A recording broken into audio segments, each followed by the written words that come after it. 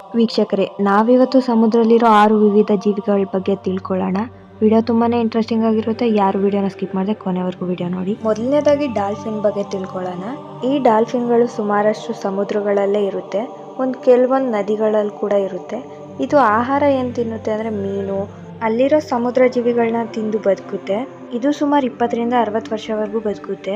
ಈ ಡಾಲ್ಫಿನ್ಗಳು ಅತ್ಯಂತ ಬುದ್ಧಿವಂತ ಜೀವಿಗಳಾಗಿರ್ತದೆ. ಇವು ಸಾಮಾನ್ಯವಾಗಿ ಗುಂಪುಗಳಲ್ಲೇ ಓಡಾಡ್ತಾ ಇರುತ್ತೆ, ಯಾವ ಒಂಟೊಂಟಿಯಾಗಿ ಓಡಾಡೋದಿಲ್ಲ. ಕೆಲವೊಂದು ಜಾತಿಯ ಡಾಲ್ಫಿನ್ಗಳು ನದಿಲಿ ಕೂಡ ಕಂಡು ಬರುತ್ತೆ. ಇವುಗಳಿಗೆ ಸ್ವಲ್ಪ ಟ್ರೈನಿಂಗ್ ಕೊಟ್ರೆ ಮನುಷ್ಯರೊಂದಿಗೆ ಕ್ಲೋಸ್ ಆಗಿರುತ್ತೆ. ಜಾಸ್ತಿ ಡಾಲ್ಫಿನ್ಗಳನ್ನ ಎಲ್ಲಿ ನೋಡ್ಬೋದು ಅಂದ್ರೆ ದೊಡ್ಡ ದೊಡ್ಡ ಸಮುದ್ರಗಳಲ್ಲಿ ನೋಡ್ಬೋದು, ಅಲ್ಲಿ ತುಂಬಾ ಇರುತ್ತೆ. ನೆಕ್ಸ್ಟ್ ಜೀವಿ ಬಂದು ಆಕ್ಟೋಪಸ್. ಈ ಆಕ್ಟೋಪಸ್ ಸುಮಾರು 1ರಿಂದ 2 ವರ್ಷ ಬದುಕುತ್ತೆ. ಕೆಲವೊಂದು ಜಾತಿಗಳಲ್ಲಿ 3ರಿಂದ 4 ವರ್ಷ ಕೂಡ ಬದುಕುತ್ತೆ.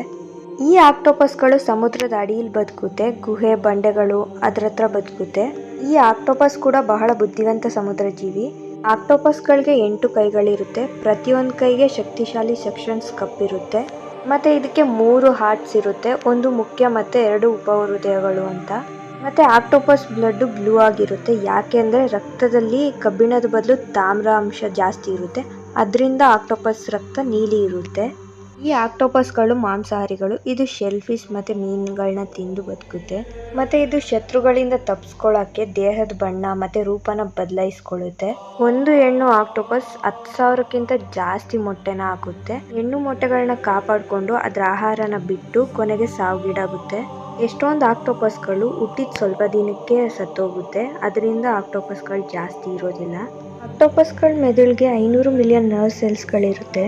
ನೆಕ್ಸ್ಟ್ ಜೀವಿ ಬಂದು ಶಾರ್ಕು. ಇದು ಸರಿಸುಮಾರು 20ರಿಂದ 30 ವರ್ಷವರೆಗೂ ಬದುಕುತ್ತೆ.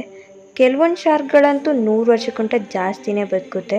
ಈ ಶಾರ್ಕ್ಗಳು ಮೀನುಗಳನ್ನ, ಶೀಲ್ಗಳನ್ನ, ಡಾಲ್ಫಿನ್ಗಳನ್ನ ತಿಂದು ಬದುಕುತ್ತೆ.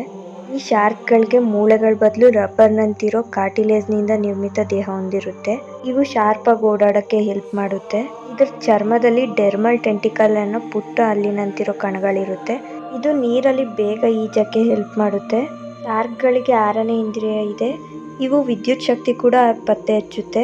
ಮತ್ತೆ ಬೇರೆ ಜೀವಿಗಳ ಹೃದಯ ಬಡಿತನೂ ಪತ್ತೆ ಹಚ್ಚುತ್ತೆ ಈ ಶಾರ್ಕ್ಗಳು. ಈ ಶಾರ್ಕ್ಗಳಲ್ಲಿ 5 ಜಾತಿ ಶಾರ್ಕ್